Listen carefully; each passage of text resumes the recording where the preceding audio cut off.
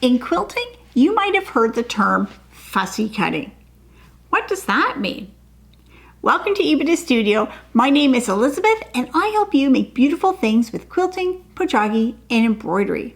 So often when we're cutting fabric for a quilt, we will cut our fabric into strips, just with the fabric strips, and then we'll cut those strips into pieces.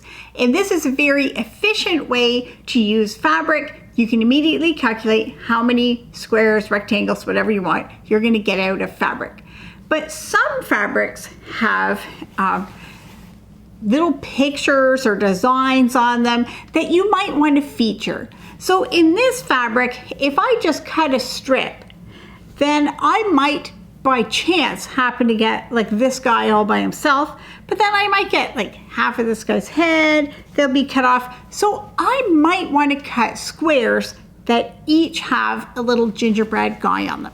That is called fussy cutting because you're being fussy when you cut and you're specifically cutting to get the picture or the image that you want in your fabric. So on this fabric, if I want to cut 4.5-inch squares and I want to feature these little gingerbread guys, I have a couple of options.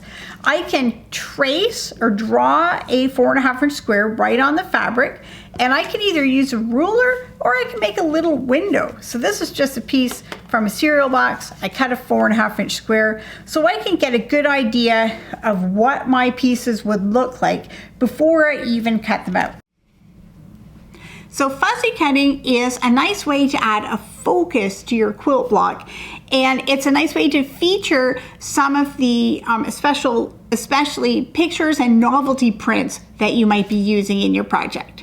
Now fussy cutting is a less efficient way of using fabric, so if you see something and you think you're going to be fussy cutting it, then be sure to buy extra fabric because it will take more.